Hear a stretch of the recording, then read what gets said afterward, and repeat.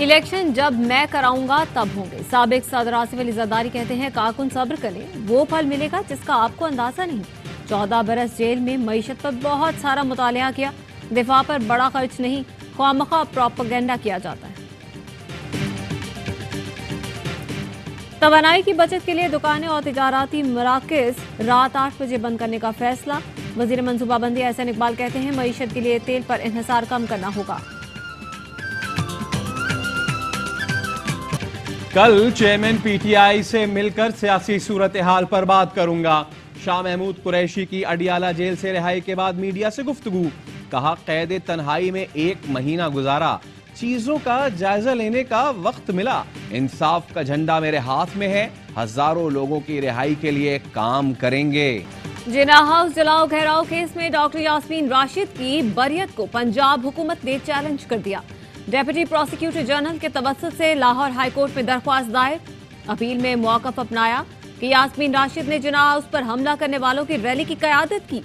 अदालत ने सबूत होने के बावजूद तमाम हक़ाइक़ नजरअंदाज करके डॉक्टर यास्मीन राशिद को बरी किया। हाईकोर्ट यास्मीन राशिद को मुकदमे से बरी करने का फैसला कल अदम करार दे। शरपसंद रेड लाइन क्रॉस कर चुके, रियायत नहीं मिलेगी। वजीर दाखिला राना सनाउल्लाह का कहना है जिन्ना हाउस से हसास दस्तावेजात चुराई या उठाई गई। कल को ये सब हमसाया मुल्क में पाकिस्तान के खिलाफ इस्तेमाल हो रही होंगी। आर्मी एक्ट के तहत कार्रवाई नहीं होगी तो क्या ट्रैफिक एक्ट के तहत करें? 9 मई को पीटीआई के शरपसंदों ने तयशुदा मंसूबे के तहत रियासत और फौज पर हमला करके बगावत की। अब इन्हें हिसाब देना होगा।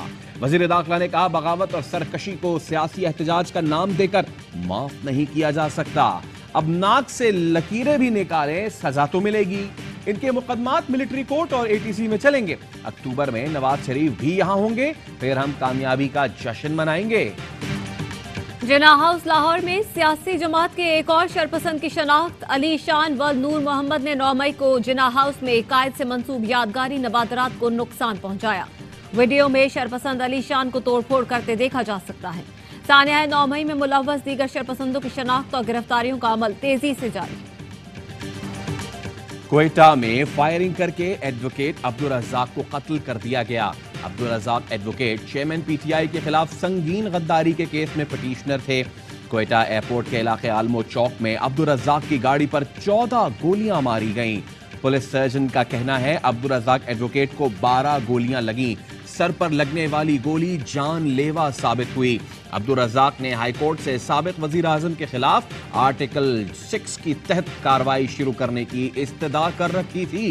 केस की समाअत कल मुकर्रर थी। वजीर आजम के मुअव्विन खुसूसी अता तारड़ ने कत्ल की जिम्मेदारी चेयरमैन पीटीआई पर आयद कर दी।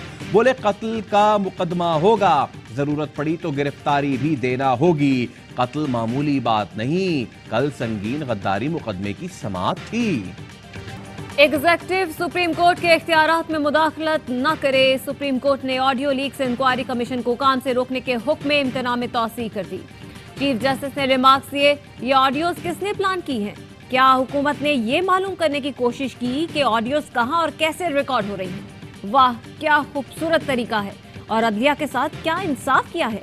पहले ऑडियोज पर जजेस की तस्दीक की, फिर कहा ऑडियोज के सच्चे होने की तहकीक करा लेते हैं।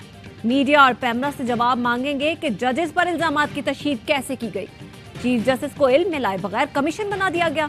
मफरूजे की बुनियाद पर चीफ जस्टिस का चार्ज कोई और इस्तेमाल नहीं कर सकता। मफादात का टकराव हो भी तो चीफ जस्टिस ऑफिस ही फैसला करेगा, क्योंकि ये आईनी ओहदा है।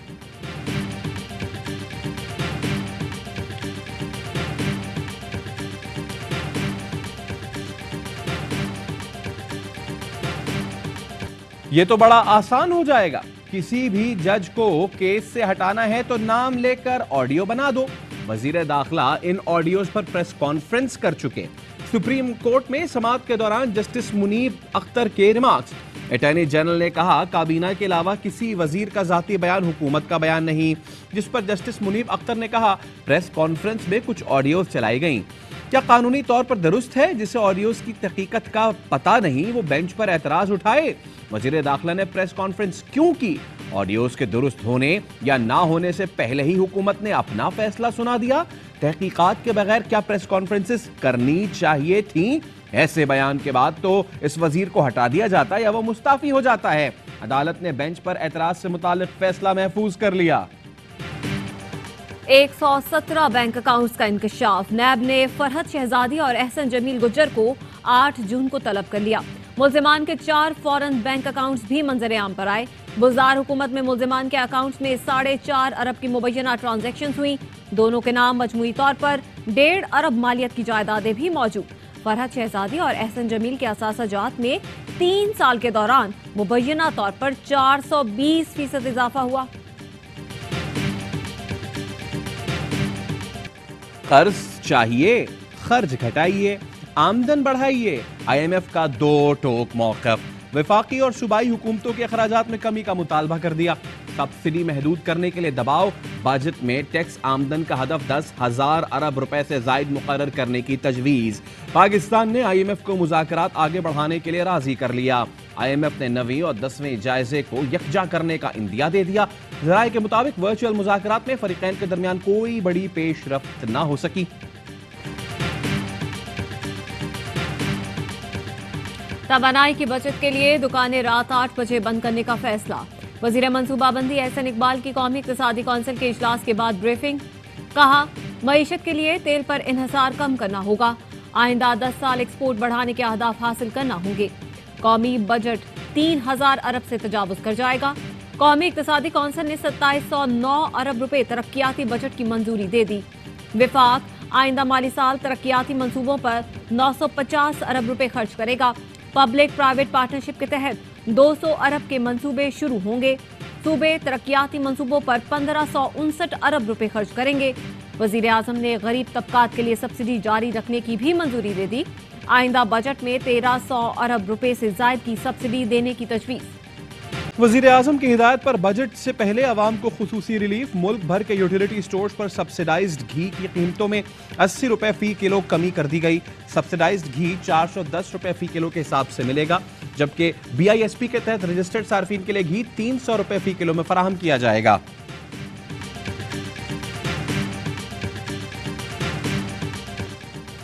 पंजाब में तूफानी बारिश और यालाबारी। लाहौर में बड़े पैमाने पर नुकसानात। रावी रोड पर स्कूल की दीवार गिरने से 2 बच्चों समेत 3 अफराद जख्मी। माल रोड पर कदीम तरफ गाड़ियों पर गिर गया, कोई जानी नुकसान नहीं हुआ। गड़ीशाऊ में करंट लगने से 11 बकरियां हलाक हो गईं। मुल्तान, दुनियापुर और टब्बा सुल्तानपुर में मूसलाधार बारिश से नशेबी इलाके ज़ेरे आब आ गए। महकमा मौसमियात के मुताबिक बुहिरा अरब में तूफान का खदशा है। तूफान शिमाल मगरिब की समत बढ़ेगा। पाकिस्तान का कोई भी साहिली इलाका खतरे की जद में नहीं। वजीर खारजा बिलावल भुट्टो जरदारी की बगदाद में शेख अब्दुल कादिर जिलानी रहमतुल्लाह अलैह के मज़ार पर हाजिरी। मुल्क की सलामती और वतन अजीज में जमहूरियत की बालादस्ती के लिए दुआ की। कहा, पाकिस्तान और इराक मजहब और रिवायात के बंधन में बंधे बेहतरीन दोस्त हैं। वजीर खारजा की इराकी वजीर दाखिला से मुलाकात। पाकिस्तानी ज़ायरीन और ताजिरों के लिए इराकी वीज़े में आसानी पर तबादला ख्याल। बिलावल भुट्टो जरदारी इस्लामी सुप्रीम काउंसिल के सरबराह हमाम हमूदी से भी मिले। पार्लियामेंट मुअज़्ज़िज़ इदारा है, इसे मजबूत कीजिए। KESC की निजकारी का मकसद मईशत को मजबूत करना था। मुआशी मीटर को हम हाथ नहीं लगाना चाहते। जमात इस्लामी की दरख्वास्त पर समाअत के दौरान चीफ जस्टिस के रिमार्क्स। वकील ने मौक़िफ़ अपनाया, 2 करोड़ आबादी मुतासिर हो रही है। आप कराची वालों से पूछें उन पर क्या गुजर रही है। चीफ जस्टिस ने कहा, यह हमारा कंसर्न नहीं, हमें कानून देखना है। आप मुतालिका फोरम से रुजू करें। जस्टिस अतर मिनुल्लाह बोले, माजी में रेकोडिक और स्टील मिल जैसे केसेस हुए। बहुत सी चीजें ऐसी हुई हैं जो नहीं होनी चाहिए थी। जमात इस्लामी मुअतबर जमात है, मामला पार्लियामेंट ले जाए। अदालत ने दरख्वास्त वापस लेने पर निपटा दी।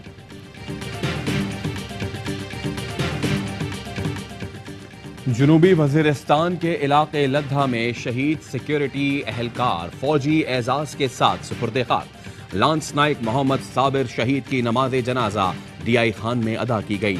सीनियर, रिटायर्ड और हाजिर सर्विस अफसरान, जवानों और रिश्तेदारों की शिरकत।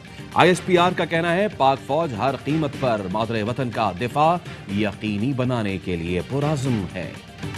मुख्तलिफ स्कूलों के तलबा और असातिज़ा का जिना हाउस लाहौर का दौरा। कहा, यह बहुत तकलीफ दे लम्हा है।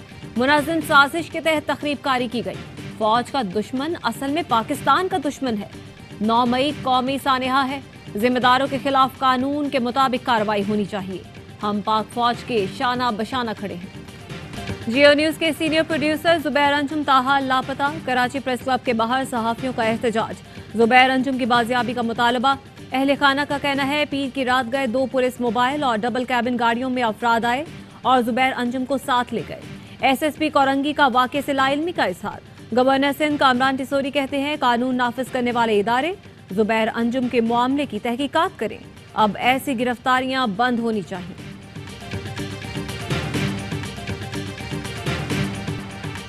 अमरीका ने सैलाब मुतासरा इलाकों में खुराक के बहरान पर काबू पाने के लिए मजीद $16 मिलियन की इमदाद का ऐलान कर दिया। डिप्टी एडमिनिस्ट्रेटर USAID इजोबेल कोलमन और अमरीकी सफीर डोनाल्ड ब्लूम का खैरपुर में सैलाब मुतासरा इलाकों का दौरा। खातीन में खुराक तकसीम की।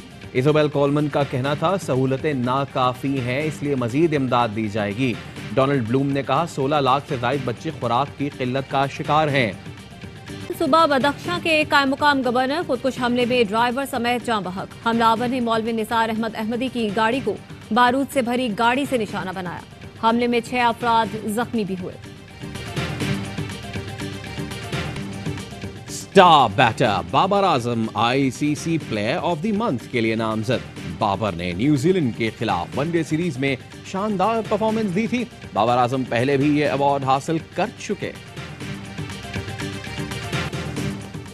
तवील फॉर्मेट में किसकी होगी हुक्मरानी। ICC वर्ल्ड टेस्ट चैंपियनशिप का फाइनल कल से ओवल में खेला जाएगा। ऑस्ट्रेलिया और भारत मद्दे मुकाबिल आएंगे। फातेह टीम $16 लाख की हकदार होगी। रनर अप को $8 लाख मिलेंगे। अमरीकी कौंसल जनरल विलियम मैकनोले का एक्सपोर्ट प्रोसेसिंग जोन गुजरांवाला और पहलवानों के अखाड़े का दौरा। कहा गुजरांवाला में तैयार होने वाली अशिया बैनुल अक़वामी मयार के मुताबिक हैं।